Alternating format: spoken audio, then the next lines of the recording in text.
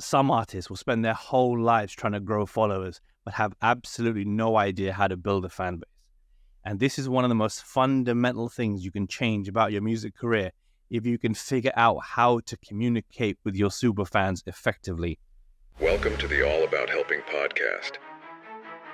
This is usually something I teach in one-to-one artist consultations, and it's typically the first exercise we do, is understanding your tribe and almost building your perfect fan. If you can mold them from the mud and develop their characteristics, develop their passions, develop everything about them, what would you pick and why? And I've seen artists who go from not understanding their audience to instantly clicking and changing the trajectory of their music career, and their next song blows up once they've understood the communication styles that their fan base needs from them. And so in the description below is a link to a free Canva worksheet, and you can follow along with this exercise while watching this video. You might need to pause it every once in a while to take some notes, but then unpause and carry on. And I want you to really do this exercise. The smart artists will take it seriously. They'll print it out. You don't have to use my worksheet. You could do it on a bit of paper, or you can download a copy from the description below and get started right now. The first section of the exercise is to imagine we've stolen your fan's phone and we've opened up their Spotify, and other than you, who else is in their playlist? This is not an exercise in who you think you are sonically similar to. It is not an exercise of this song sounds like this artist and that song sounds like another artist. This is from your fans' perspective. Other than you, who else are they listening to? And not the greats like Nas and Biggie and Jay-Z and Eminem, fast-rising grassroots artists like you who are developing in their different genre niches. So what other trend-setting artists are your fans listening to who might be your competitors, might be your best friends, or might be artists you've never heard of? And so the first step is to write down all the artists you think your fans listen to. And so it might be people that you're on playlist with all the time. Every time, Fresh Finds R&B updates, these are the names that are above you and below you in the playlist. It might be artists who you've actually performed gigs with and you've actually shared lineups with them at the same time. If you're all in a small genre niche and you guys are all related and you're all friends, you'll know these people. So make a list of about 10 different artists who you think your fans mess with as well. So take a moment, pause this video if you need to, and make that list now. List number 2 is all of the YouTube channels, TikTok channels, Instagram platforms, all the radio presenters, all the influencers who are taste makers in your genre.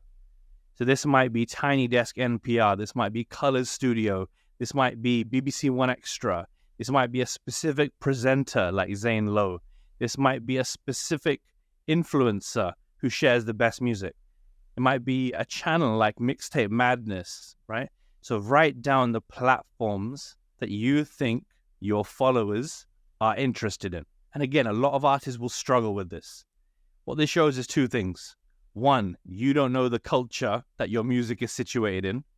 And 2, you don't know who you want your music to be supported by. And so when you want all the blogs to support you, but you don't know the names of the blogs, that's a problem. If you want all the radio stations to back you, but you don't know who the presenters are, that's a problem. You need to study your niche and know who the biggest players are so that you can get featured on those platforms. And it forces you to do your research and understand the culture and tap in where other big artists get their songs premiered, where other artists get their coverage from. It's very important that you know this. So take a moment, again, pause this video and fill out worksheet number 2.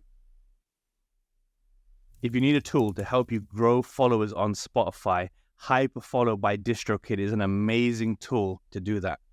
Because every time someone goes to your track and pre-saves your song, they're actually automatically going to follow you on Spotify.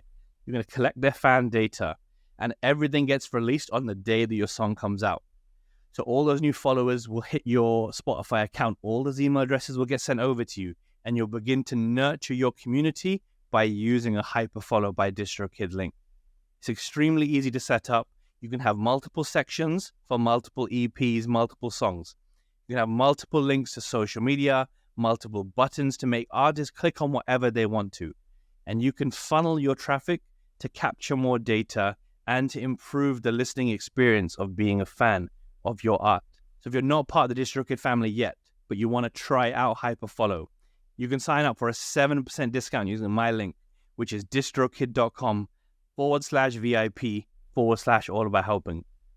I'll give you an example here of a Hyperfollow link from Daniel G. Harmon, an amazing artist that I just love the look of his Hyperfollow link. And you can definitely create one of these for yourself. It's extremely easy. You just need to take a 20-minute period to learn how to do it. So love, as always, to the team behind the scenes at DistroKid for sponsoring this channel and helping nurture smart artists of the future. So I'm trusting that you've done that, all right? And column number 3 is a list of the brands that your consumers buy. This is also difficult because your audience might be into vintage clothes and thrift shopping, so it's hard to put the names of brands. Your audience might be quite generic and they shop at places like Boohoo and ASOS, who carry small name designer brands who haven't made it big. And that's okay if you don't know those names. But try not to be too generic. Nike, Adidas, these are huge brands. Jordan, even to an extent. Like, try and go deeper. What other sub-brands that people are paying attention to? Maybe it is, Essentials, Fear of God. Maybe it is Palm Angels. Like, really tap into the mind of your audience and think, what brands do they shop at? What brands do they aspire to buy? And really think about the culture that your music sits within. And so you got the idea by now. We're going to pause this video and you're going to write down a list of about 10 different brand names you think your consumers buy. So let's take an example. Imagine from list number 1, you chose a hip-hop artist like La Russell. From list number 2, you chose Jazz FM. And from list number 3, you chose a really obscure t-shirt brand like Mishka. And so imagine if you put all 3 of those together and you molded it into a person. Now, I'm going to be respectful. You can choose a person 1, person 2, and if you want to, a person 3. It doesn't have to be a male fan, a female fan, and a non-binary fan. It's completely your decision. So person 1, I want you to first start with which country you think they're from. Like, where does your perfect fan live in the world? Pick a city. Don't just pick a country. So it could be Manchester, could be New York, it could be LA.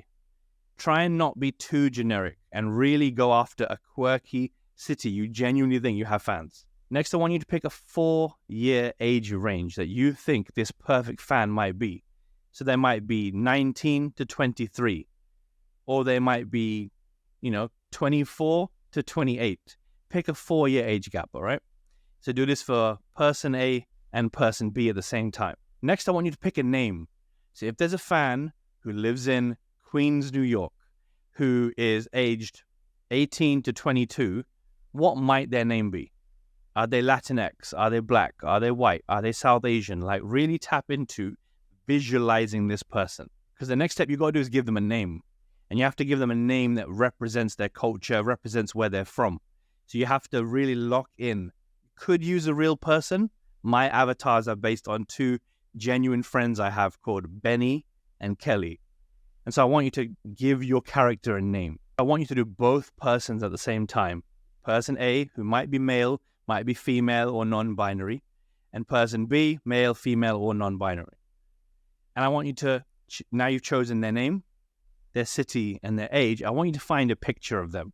And without being too stereotypical, use Canva, which this worksheet is built in, and search keywords such as young, black, male, and go through all the results and find someone who looks like Lamar, who you've chosen in your diagram.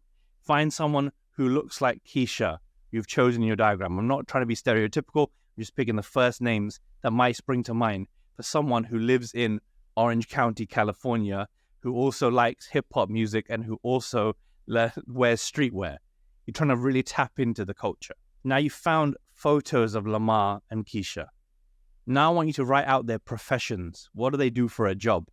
Are they students? Do they work in a cafe? Do they work in a streetwear store?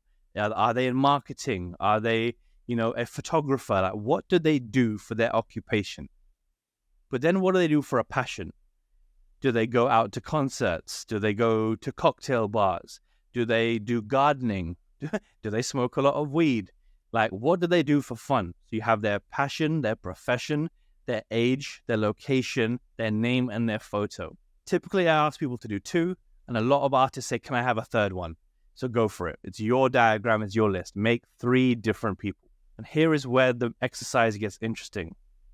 Instead of marketing your music, I want you to imagine a conversation with these 2 friends, Benny and Kelly, Lamar and Keisha. A conversation with them. Would you start a sentence with, hey guys, my brand new song title is coming out on Thursday. Make sure you like and subscribe? No, you wouldn't, right? You'd start from a real place of genuine affection and care and be like, family, what's good? It would mean the world to me if you take a listen to my new song. It's coming out on Friday. If you're interested, I can send you the link and make sure you're one of the first in the world to get to hear it. Are you down for that? And you'll think and communicate differently with your avatar than with the general public. And what this exercise does is it reframes the way that you think. And when you start to communicate differently, your fans start to respond differently. And when your fans start to show more love than you've given them before, you'll start to give them more because you crave their attention. And you'll realize social media isn't that tricky and that complicated after all, but it starts from the heart. And in doing this, I've seen so many artists explode their fan base because they had a large audience who weren't listening. And so all you've made them do is use language to start listening. And then they show affection to your music, and then they show interest in your conversation, and then they participate in the comments. And this deepens your engagement and it pushes your content out to even more of your audience. And so from the bottom of my heart, I hope this helps you. I hope you grab the direct download to the Canva worksheet so you can do it all again following this video and pause in various places to write down your answers. I hope you print it out, stick it on your mirror, like really live and breathe your Lamar and Keisha, your Benny and Kelly, and you communicate with them and change the way that your fans perceive you. They will see you as an artist who cares, not as an artist who only shares. And that would be the biggest blessing of all, is to see you win for the next couple of months.